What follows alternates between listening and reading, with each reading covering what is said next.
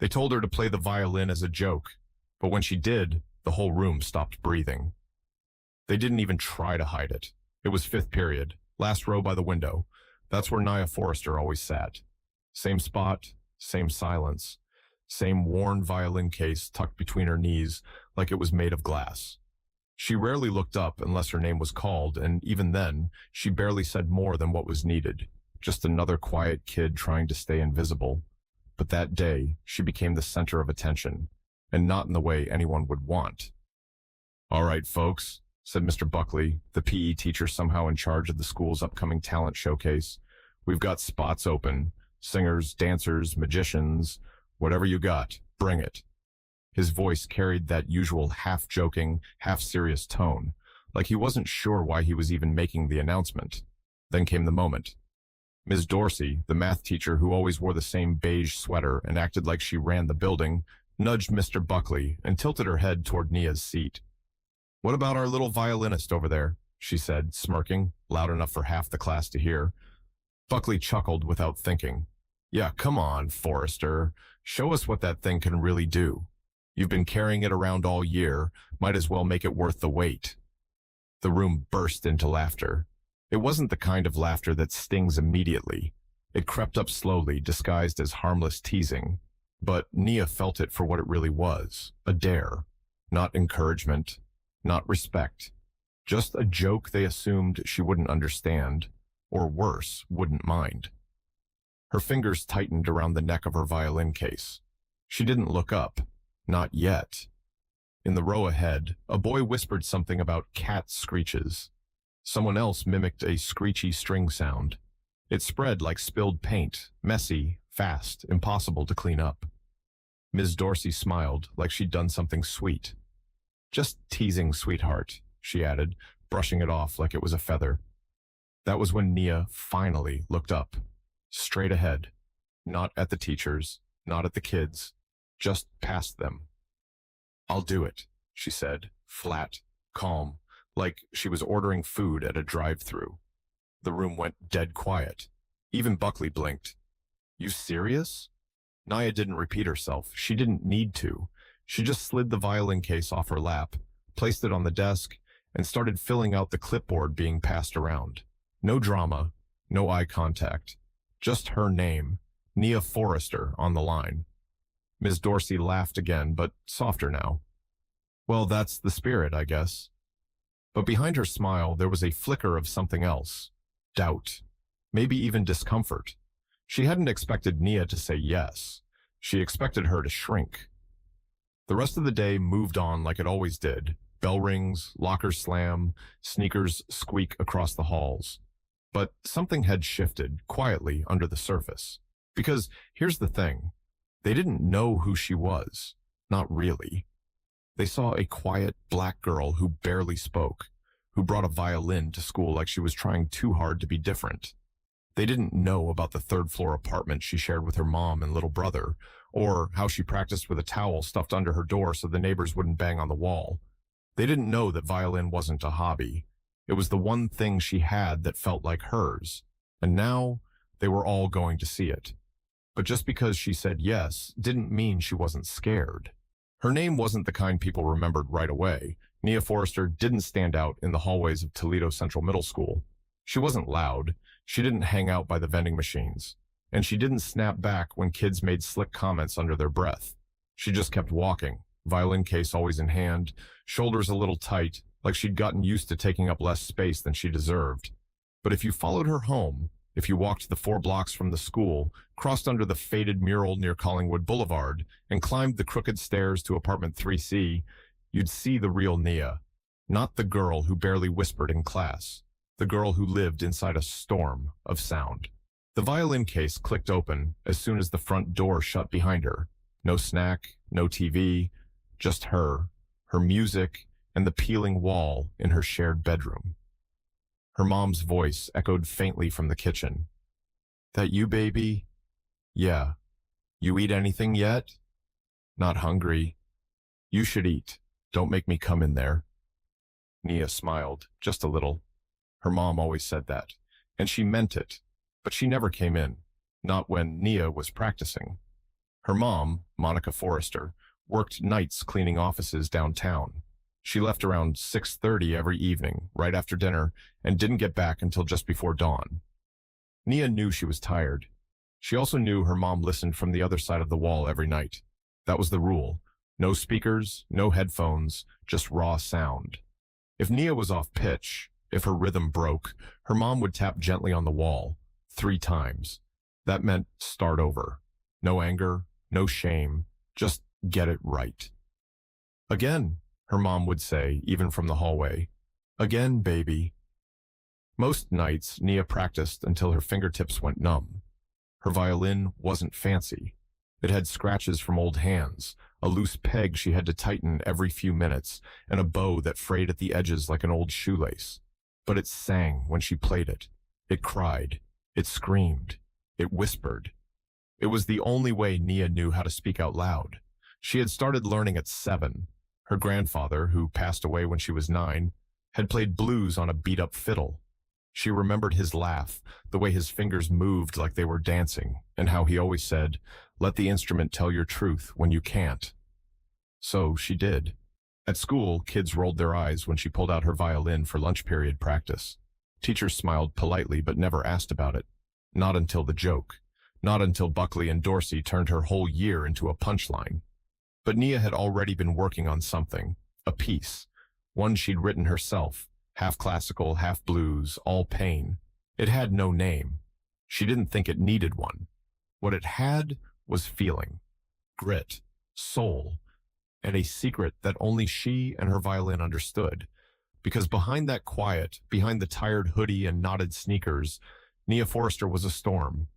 And for the first time, she wasn't going to hold it in. But wanting to prove something is one thing. Actually standing in front of the whole school and doing it, that was another. The next morning, the sign-up sheet was posted by the front office window, right next to the old vending machine that never worked. Kids huddled around it, fingers dragging down the list, scanning for names they recognized, hoping for drama, hoping someone would embarrass themselves. Nia's name sat quietly at number 16. Some squinted like they thought it was a mistake. "Who's Nia Forrester?" someone asked, chewing the end of a pencil. "She's that girl with the violin," another said. "Never talks. Probably gonna play 'Mary Had a Little Lamb' and cry." Laughter. Again. Always laughter. But Nia didn't flinch. She walked past them like she didn't hear it. Truth was, she heard every word, memorized it, folded it up, and put it in her chest like fuel. At lunch, Mr. Buckley stood by the basketball courts pretending to care who signed up. "Talent shows on Friday," he called out. "No turning back now." He spotted Nia at the edge of the yard, tuning her violin in her lap. "You ready, Forrester?" he called with a grin. She gave him a look that wasn't mean, wasn't friendly either, just blank, like he wasn't worth the energy it would take to answer. He raised his eyebrows and turned away. Inside the teacher's lounge, Miss Dorsey sipped her coffee, flipping through a list of performances. "Seriously, who let her sign up?" she asked, motioning to Nia's name. "She signed up herself," said Mrs. Tran, the art teacher. "She's got the same right as the rest." Miss Dorsey shook her head. "It's not about rights, it's about awareness. She's setting herself up. You really think she's going to stand on stage and not fall apart? I think maybe she surprises you," Mrs. Tran said. Then she turned back to her crossword. Miss Dorsey didn't reply, but something in her jaw said she wasn't ready to admit she might be wrong. That afternoon, Nia sat on the edge of her bed with her violin and a blank notebook. Her mom leaned against the doorframe, wiping her hands on a dish towel. "You sure you want to do this?" she asked. Nia nodded without looking up. "I already said yes." Her mom walked in and sat beside her, picking up the frayed bow. "You don't gotta prove nothing to people who don't even see you. You know that, right? I'm not doing it for them." "Then who?" Nia thought for a second, eyes drifting to the water stain on the ceiling. "I guess me," her mom smiled, pulled her close. "Then do it right." At school, whispers grew louder as the week went on. Kids started making bets. Some said she'd chicken out. Others said she'd freeze. A few even said maybe she could actually play, but still laughed when they said it. Only one person really talked to her, Malik, a soft-spoken seventh grader who played piano after school. He caught up with her near the library. You doing original or something famous? Nia blinked. Original, he smiled. Good. Do something they can't compare to nothing else. She didn't smile back, but she nodded once. That was enough. Friday came fast. The stage was set up in the gym. Fold-out chairs, scuffed floors, squeaky mic. Parents would arrive later, but for now, it was students and teachers only. One by one, the acts went up. Singers, dancers, a kid who told knock-knock jokes. The crowd clapped, some polite, some fake. Phones were out. Everything was being recorded. Everyone waited for someone to fall. Nia sat backstage with her violin across her lap, fingers tapping the wood like Morse code. Number 16, her number. But when they called her name and she stood up, no one expected what came next. The hallway outside apartment 3C always smelled like old carpet and reheated noodles. That's what Nia came home to every day. That and silence. Except for the sounds she made herself. As soon as her backpack hit the floor, she pulled out her violin. No snacks, no scrolling through her phone, no time for that. Just music. Practice. Over and over again. The piece she planned to play didn't have a name. It didn't need one. It started soft, just a few notes that sounded like something slipping out from under a locked door. Then came the shift, that sudden pull that made people sit up straight. That's what she worked hardest on, the transition. Her grandfather used to say, make them feel like they've been dragged through something real, then give them peace at the end. She played barefoot on the carpet, her toes curling whenever she hit a note wrong.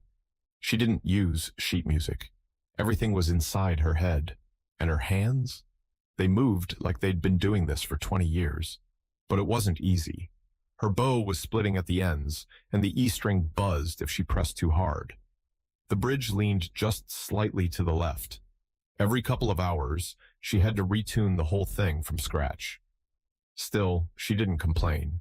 Her little brother, Miles, 6 years old and constantly curious, sat in the doorway watching her one night. You gonna win? He asked. Nia shrugged without stopping. Why don't you play happy songs? He added. She paused, looking at him. I do. He scrunched his nose. They sound like crying. Sometimes happy and sad sound the same, she said.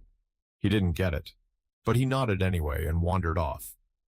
Her mom came in around midnight, dropping her keys on the kitchen counter. Her feet were swollen. Her uniform smelled like bleach. You still at it?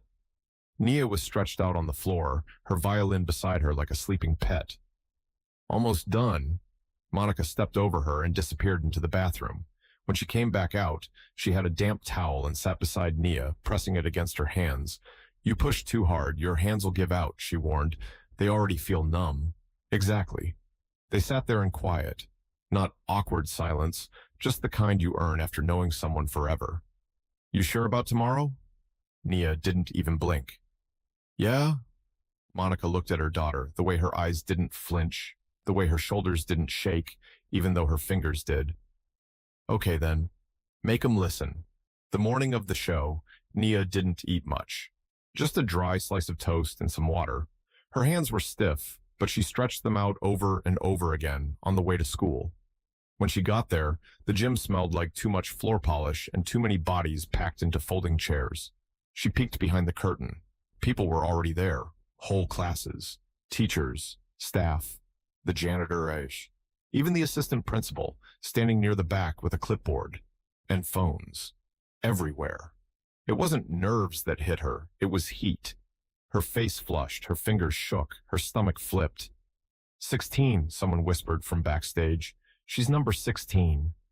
The whisper felt louder than it was. Nia found a corner and sat down with her violin across her knees. She closed her eyes. She didn't think about Buckley, or Dorsey, or the kids waiting to laugh. She thought about her mom's towel-wrapped hands, about Miles at the doorway, about her grandfather's words. Make 'em feel it. That's all she had to do. But it only takes 1 second, one crack in your voice or one slip of the bow to lose everything. They called her name like they were unsure how to say it.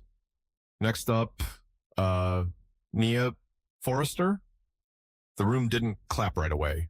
Just a few awkward taps, some murmurs, a cough, a sneaker squeaking against the gym floor. Nia stood from her chair backstage like she was being pulled by an invisible string, her violin in one hand, bow in the other. Step by step, she moved toward the stage. Kids in the front row elbowed each other. Some had their phones out already. She stopped in the center. No microphone. Just a single light buzzing overhead and a cheap folding chair someone had dragged out for her. She didn't sit. She didn't say anything. She just lifted the violin to her shoulder. And then, nothing. A few seconds passed. Mr. Buckley cleared his throat somewhere near the stage door. Ms. Dorsey leaned forward in her seat like she was waiting for the punchline. In the audience, someone muttered, "She's choking." But then, she played. The first note was thin, barely there. It trembled in the air like it was scared to be heard, but she held it, stretched it, and let it bloom. By the time she reached the fifth note, the gym was completely still. No more whispering, no more giggling, just Nia. The piece didn't sound like anything they'd heard before. It wasn't a song from TikTok or some movie score. It was deeper, raw. Her bow danced across the strings like she was trying to say something with her whole body. At first, it was slow, deliberate, like a conversation between someone hurt and someone healing. Then, halfway through, it shifted. She bent the strings like they were crying out, her left hand moving fast across the neck. The sound twisted, pulled, surged like something fighting to break loose. Her eyes were closed, not because she was nervous, because she didn't need them open. Everything she wanted to say was coming through the strings. The moment she hit the highest note, she held it so long the air felt heavy. People forgot to breathe. Even Buckley, who'd been scrolling through his phone moments earlier, was locked in. A few teachers leaned forward, confused, maybe even ashamed. Dorsey didn't say a word. When the piece started to slow, Nia dragged the final note out like a thread unraveling. It didn't fade, it lingered. And when it ended, she didn't move. She just stood there, still, bow down, violin resting against her chest like a heartbeat. The gym was dead quiet.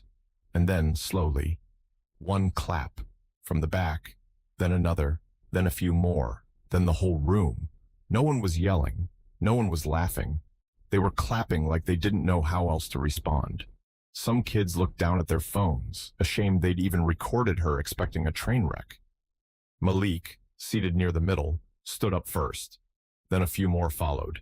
And finally, the ones who'd said she'd chicken out, stood too.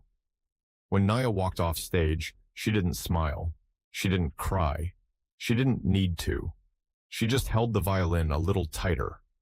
Backstage, Buckley nodded at her like he was trying to act like he'd always believed in her. But he didn't say anything. Neither did Dorsey. She looked like she was chewing on her own silence. Mrs. Tran met her by the water fountain and handed her a folded piece of paper. "You made them feel it," she said, soft. Nia opened it when she got to the hallway. It was just a short note. "When they don't expect you to shine, shine anyway." Later that night, her mom was waiting by the front door. She didn't even ask how it went. She just looked at Nia's face and nodded. "You did it?" "Yeah." "Did they listen?" "Yeah." Monica wrapped her arms around her and whispered into her hair. "I hope they never forget." But applause fades, and the real change comes after the clapping stops. Monday came with overcast skies and the smell of wet pavement, the kind of weather that usually made people move slower, quieter, but not this time. As soon as Nia stepped through the school's front doors, something was different. People looked at her, not with side eyes or smirks, but with curiosity, with respect. Some nodded. A few just moved out of her way. One girl even whispered, "That's her," like she was talking about someone famous. It wasn't fame, though. It was recognition, the kind Nia had never asked for, but now couldn't avoid. She walked past Mr. Buckley in the hallway. He tried to flash a friendly smile, phone still in hand. "Hey, amazing job Friday," he said, awkward. Nia gave a small nod and kept walking. Then came Ms. Dorsey. She was standing at her door, holding a stack of worksheets like always, For a moment, she didn't say anything, just looked at Nia like she was searching for a version of her she hadn't bothered to see before. "Miss Forrester," she said, careful, "can I have a word?" Nia stopped, but didn't move closer. Ms. Dorsey cleared her throat. "I owe you an apology. What I said last week wasn't right." A long pause. Nia just looked at her. "I shouldn't have made assumptions. I'm still learning." Nia thought about saying something sharp, something she'd had locked and loaded since that first laugh, but she didn't. Instead, she looked her in the eye and said, "You should have seen me before Friday." Ms. Dorsey blinked. That hit harder than a comeback ever could. Nia turned and walked away. She wasn't bitter. She wasn't angry. She was just done being ignored. In the cafeteria, Malik slid her a carton of chocolate milk without saying a word. He grinned. "Next time, we play a duet." She smirked, then rolled her eyes. "You're not ready." The sound of her laugh, even just that little bit, turned a few heads. It was the first time most had ever heard it. At home that evening, she didn't pick up her violin right away. She sat on the couch next to her little brother, watching cartoons with the sound off. Her mom peeked out from the kitchen. "You not practicing?" "Not tonight," Nia said. "You good?" She thought for a second, then nodded. "Yeah, I'm good." Not everyone clapped because they cared. Not everyone who stood that day changed overnight. But some did. And sometimes that's enough to start something. Some people won't see you until you force them to listen. So play your truth anyway. If you've ever been doubted, overlooked, or laughed at, remember Nia. Remember that silence is powerful, but your voice, in whatever form it takes, is louder. Tell your story. Let them hear it.